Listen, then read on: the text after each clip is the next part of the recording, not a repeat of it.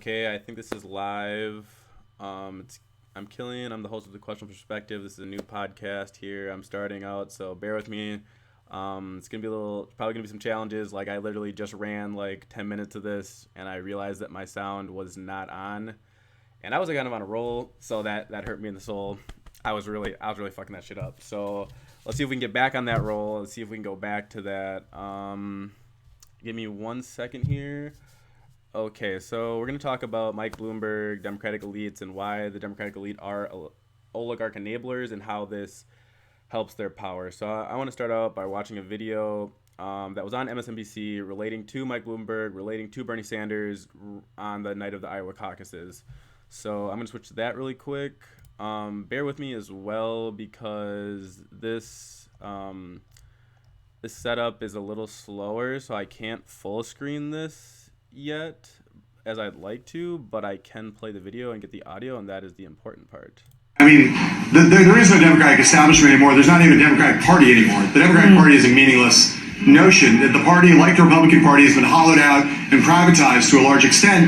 There are Democratic elites, and so when we talk about the Democratic establishment, we're really talking about a bunch of people that Nick also knows well.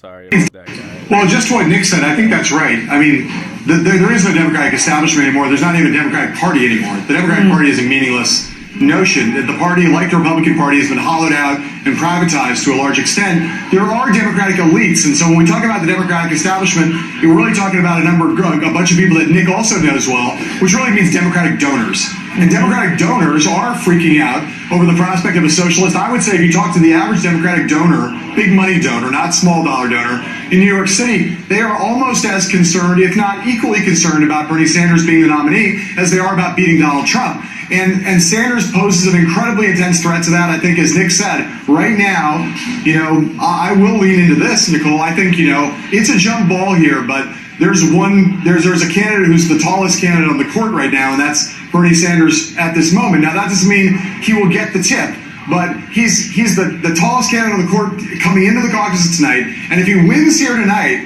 and goes to New Hampshire, where he won in 2016 by 22 points, and is leading by double digits over everybody else in that state, he could easily win the first two contests. He's running neck and neck with Joe Biden right now in Nevada. So a world where Bernie Sanders wins the first three of the four early states is a world where he is a freight train coming out of February. And if you think the Democratic donors, the Democratic elite, the Democratic establishment, whatever the phrase you want to use, but the people who think they run the Democratic Party and used to run the Democratic Party, if you think they're freaking out right now, give me a call on the eve of Super Tuesday when Bernie Sanders, with that wind at his back and with a money machine, a low-dollar donor machine that will give him almost unlimited resources to compete all the way through, not just June, but all the way to the convention, the freak out you will see among Democrats at that moment will be unlike anything you've ever seen before, and I include the Republican freak out over Donald Trump in 2016, to the point where you can imagine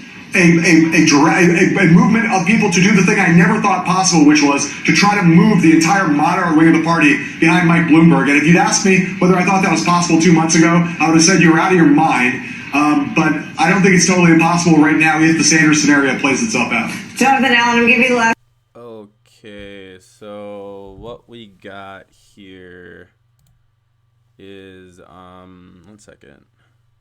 So sorry about that. But so what we got here is so we're going to go through the video. I'm going to talk about each point. And so we're going to start off with, he talks about at the beginning, elites equal donors.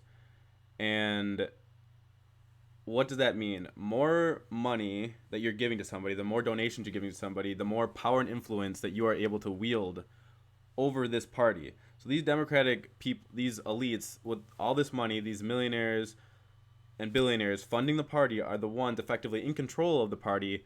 And there's no control within the working class or the average people, the us of the society, the average worker. There's no control here.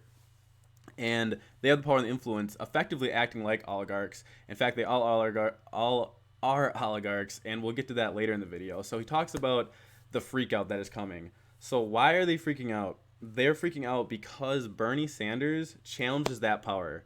We challenge that power because Bernie Sanders is the vessel through which we come. And the reason that they are so afraid of Bernie Sanders is the same reason that we love Bernie Sanders so much. It's because of his authenticity, his integrity throughout 78 years. You can go back, and this man is steadfast in his beliefs.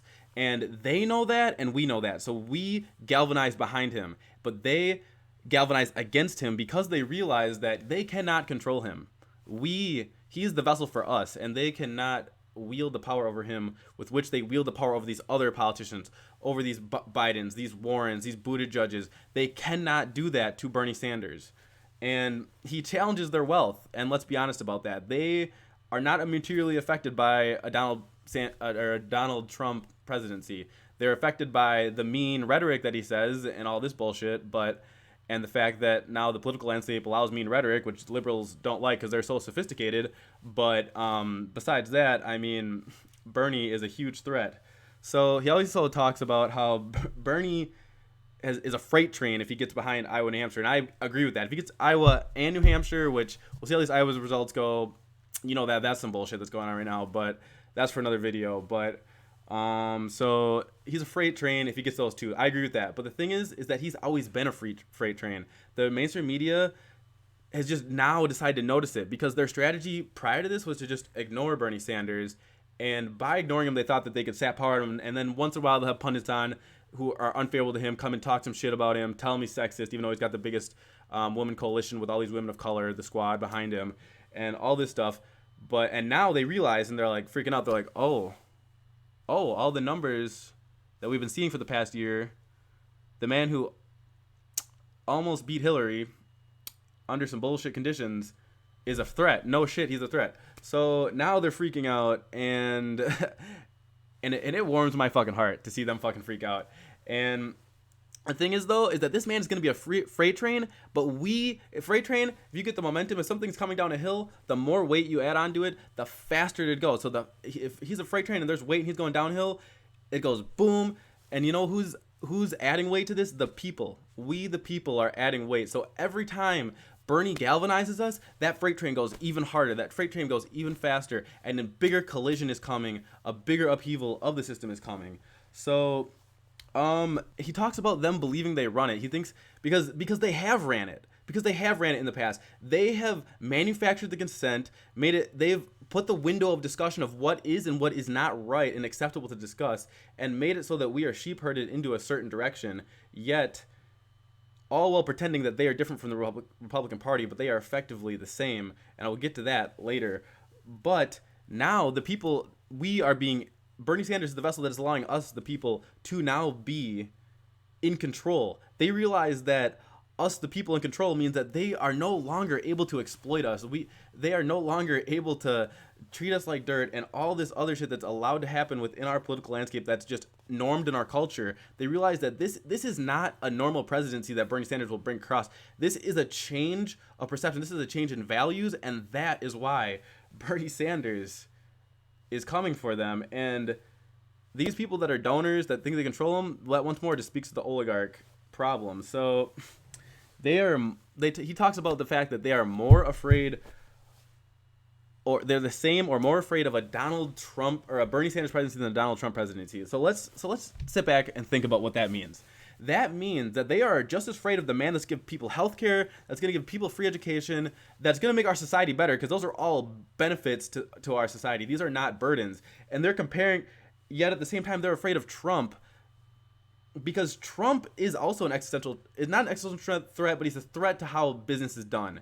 But he's still within that same wing. But Bernie is a real existential threat. He changes the political landscape of what it does. And it really says something about the fact that they're more afraid of Bernie than Donald Trump. Think about that. Like I said, the man who wants to give you health care versus this man over here demonizing immigrants. So let's talk about that, though. Because Bernie Sanders... Because you know what Trump does provide them? What the Republican Party provides them, and what Trump provides them specifically, is an obvious villain. And if there's an obvious villain, then there always has to be a hero. And if you're casting yourself as the hero, now you can gain legitimacy. But Bernie Sanders has the moral high ground. He is the hero in this story. He is the champion of the people. He is our fighter. And when they do that, and if you were to compare Bernie to corporate Democrats, the window has now shifted. They have no moral high ground to stand on because that was all based in facade. That was all perception. So the Overton window has shifted once Bernie enters the landscape because America does not have a left party. Do not let them believe you that this corporate Democrat bullshit is a left party. In any other fucking country, this would not stand. Now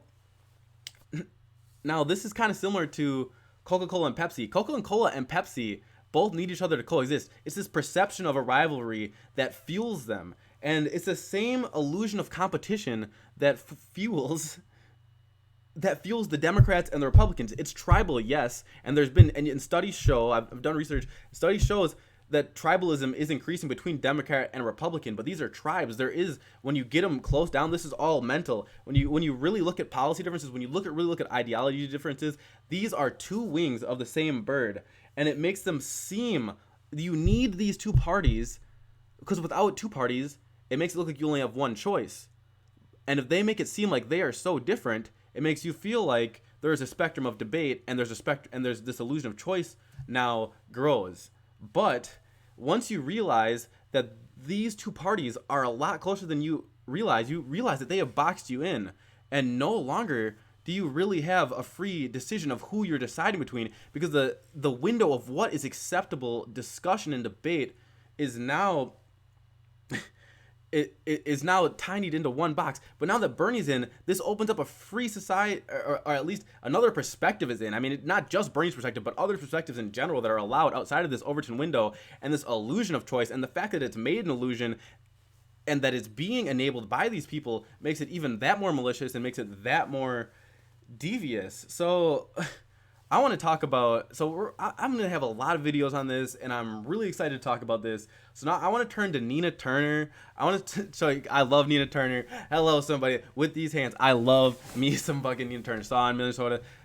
Love me some Nina Turner. But I want to show you Nina Turner goes on MSNBC. She goes up against a hack. I think his name's Michael Johnson. He's the resident black guy, coon ass nigga. I don't know what else to say about his ass. Okay, so let me pull that up quick here for you guys, and then we're gonna watch these two videos, and we'll come back and we'll discuss it again. Let's see here if I can get these videos to want to work for me. Administration and buy himself into the debates is a problem. But to call him an oligarch, I think, is a misnomer in this environment. And again, you're working for somebody who's part of the 1%. Do you call him an oligarch? No, you don't. You say he's a rich guy. Because just because somebody has a tremendous amount of money doesn't mean that they're not necessarily representing the people. And if you want to use the term elite, you can use whatever kind of term that you want to use. But at the end of the day, the enemy of this country, the enemy of the poor, is not just everybody who happens to be rich. It is a capitalistic system that abuses people. And if you want to speak about that, that's fine. But if you want to name call people, that's not going to help Bernie if he becomes a nominee, and he's going to need Mike Bloomberg's money. If he's going to need Mike Bloomberg's money down the road. This is all I'm talking about. I'm not defending rich people. I'm not defending rich people. I know this works on Twitter because that's how you guys operate. When it comes to actual campaign politics, it makes sense to actually describe people for the positions that they have. It's just about a word. Buy what he wants to buy. Okay, so we're gonna go to the next video here of their discussion, and Nina tears his ass up. Defend the wealthiest people in this country over the working people of this country. We need real campaign finance reform to the extent that a Mayor Bloomberg can totally finance his campaign. He doesn't have to go out to the people. He doesn't have to build a movement. He doesn't have to talk to people. He can buy his way. It is the same attitude that the elites, maybe Jason likes the word elite over oligarch, but it's the same attitude that the elites had in 1930 against FDR. All of them lined up against him, and he said, I welcome your hatred, because he was standing up for the people. And that is the same message that Senator Bernie Sanders has to the everyday people of this nation, that I welcome the hatred of the elites because I am standing up for you. So cry me a river for the wealthy people in this country. Somebody would defend the wealthiest people in this country. Second here. Yeah, so essentially Nina just hits that out of the park. So this dude out here trying to like shuck and jive for the motherfucking Democratic Party, telling us that this man isn't an oligarch. And what it comes down to is it's once again, like in the first video, it's called an elite, called a donor, called an oligarch. Definition of oligarch is a very powerful person with political influence and money to buy this political influence. That's the definition of the oligarchs. It's literally on Google it right now. So it's on Google. But essentially, what Nina is getting at is, called an elite, called an oligarch, it does not matter. If you have, let's think about what Mike Bloomberg is, and let's think about a party that is allowing a Mike Bloomberg to exist, and imagine a party that has more contempt for Bernie Sanders trying to get health care for the working class than it does for a billionaire. $55 billion. And also, let's tackle for a second this question of Bernie being in the 1%. Bernie has $4 million. He's 78 years old, and he's been working his whole life, and he just reached that. He was in the six figures for 20 years. He's the lowest paid member, or first, second lowest paid member in the Senate. So let's talk about that. But, I mean, back to the point, though, here, and gather it. So, essentially, Michael Bloomberg has spent 200 times what Bernie is worth in this last 2 months, and he's about to double that. And there's a thing out on NBC saying that he's going to double that spending. So don't even talk about them in the same class. But Michael Bloomberg is an oligarch because he is skipping the first contest, like she is saying, and he's completely just buying it, blanketing the airwaves and suppressing speech, raising the prices of all the ads because he's able to buy so many, making these other campaigns spend more money. So let's talk about why these people are hesitant to. This is the main crux, and this is one of the main things I want to get over in this video is, why is it that we're calling him an elite, but we're allowed to call people Russian oligarchs? Because Jamal Thomas, one of the people that I watch and I think is a great commentator, go watch the channel, The Progressive Soapbox. He says, why are we allowed to call them oligarchs in Russia, but we're not allowed to call them elites, but we call them elites in America, even though the American billionaires are worth more in most instances than Russian oligarchs. The difference of why they are saying elite versus oligarch is because this feeds into the capitalist system that we reside in. Because if you call somebody an oligarch stinks of corruption. Oligarch is a pejorative. Oligarch is a negative word. But elite, while becoming negative, elite has positive connotations in other instances, and elite assumes that you've now risen the ranks of capitalism, of the meritocracy. That's what it comes down to. Elite has meritocracy embedded within it. So using the language of elite allows the system to seem more fair than saying oligarch. But once again, this is perception, and this is wordsmithing, and this is how they are manufacturing narratives for the people. So the thing is that these oligarchs, these elites, have contempt for the average American. They do not like the way it is ran. They see you as less than.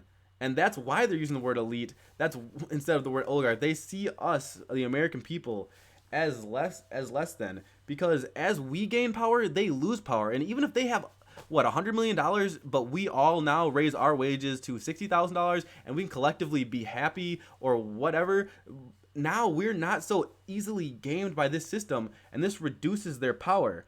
And coming back to the word thing, though, just think about that wordsmithing that is being used there to uphold this meritocracy, this idea. Even though there's articles that have come out in Reuters, everybody's saying that you do not earn $1 billion. You earn maybe the first part of it, but the way capital gains taxes are right now, and the way people are exploiting labor, you are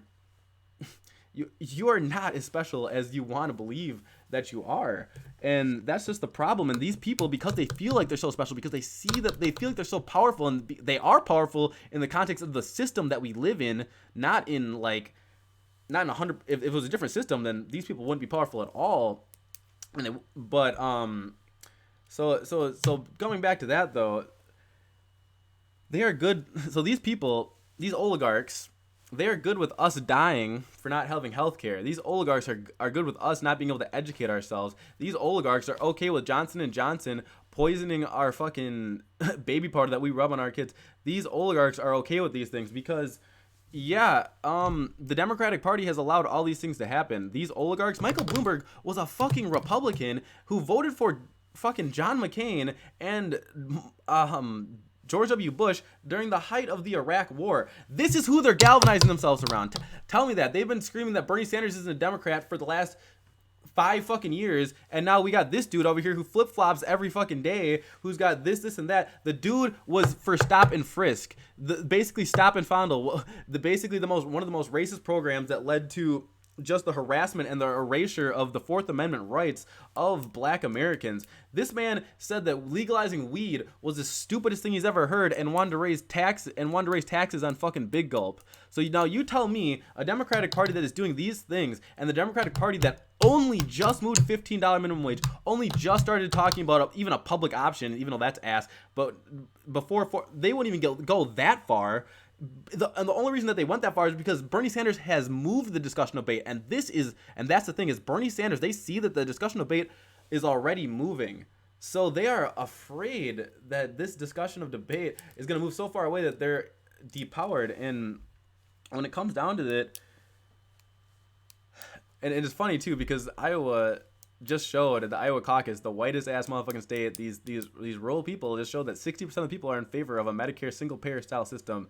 So they see the writing on the wall, they're freaking out, and I'm loving it. I'm prepared for Bernie to sweep their asses, shift the Overton window, and whether you want to call them elites in your little meritocracy circle or whether you want to call them oligarchs, it does not matter, because this shit's coming crashing down one way or the other. I don't care how they're going to try to game these Iowa caucuses, because there's a bunch of bullshit going on right now. We don't even have 100%, as I'm doing this video, we don't have 100% of the precincts reporting in. But this has just made me realize these recent attacks on Bernie, this Warren sexist attack, this is why it is Bernie or bust. Because they are two birds of the same wing, and if they keep us within this Overton window, we will continue to be stuck scraping by while these elites get rich. During Obama, 95% of the income gains went to the 1%. This is a liberal president. What are we talking about? Obama's drone bombing all these countries. There is no difference. So when people want to tell me, and this is only heightened, this Mike Bloomberg thing, the way these Iowa caucuses are being ran, the Warren thing, now they're discussing superdelegate changes too. I could pull that political article up right now, but take my word for it. They got an article on Political. Search it right now. DNC superdelegates to try to stop Sanders if he comes to nomination but doesn't have 50%, because if he goes to round 2, then they can bring superdelegates in and try to take the nomination away from Sanders. So all this is really saddening to me, and this is why it's Bernie or bust, because there is no other candidate. I don't care about Elizabeth Warren, because Elizabeth Warren is in the pocket. She has Hillary Clinton staffers on her team. She's fucking backpedaled on Medicare for All, backpedaled on this. All of her shit's watered down, and her whole campaign has been being the echo of Bernie Sanders, is riding his motherfucking coattails. So it's Bernie or bust, because if it's not Bernie or bust, you got to understand the theory of change here. Because if we get another establishment Democrat, nothing changes in the long term. It's going to be the same thing. And then the backlash, Trump's only a symptom of the problem, because he ran on full populist messaging. So now that you move ahead, even if we get, a fucking Joe Biden and Pete Buttigieg, one of these fuckers, even Elizabeth Warren in, then there's just going to be a bigger backlash that happens, and we're going to get a worse Trump, and my life, and we're going to keep getting these gradual things that never accomplish what we need. It's going to keep us in this frame. It's going to keep us locked in these chains that allow us, that burden us down and do not allow us to be a free-thinking society, do not allow us to have differences of opinion. And this is outrageous, but I mean, this is my first video here. I'm hoping it didn't lag too much. If it did, it did. But thanks for joining in with me. I'm going to send this out to all the boys. I'm terrible at networking. So if you could share it and like and subscribe, that would be wonderful. I would highly appreciate that. So, all right. Thanks for tuning in, guys. Hope you guys have a good one.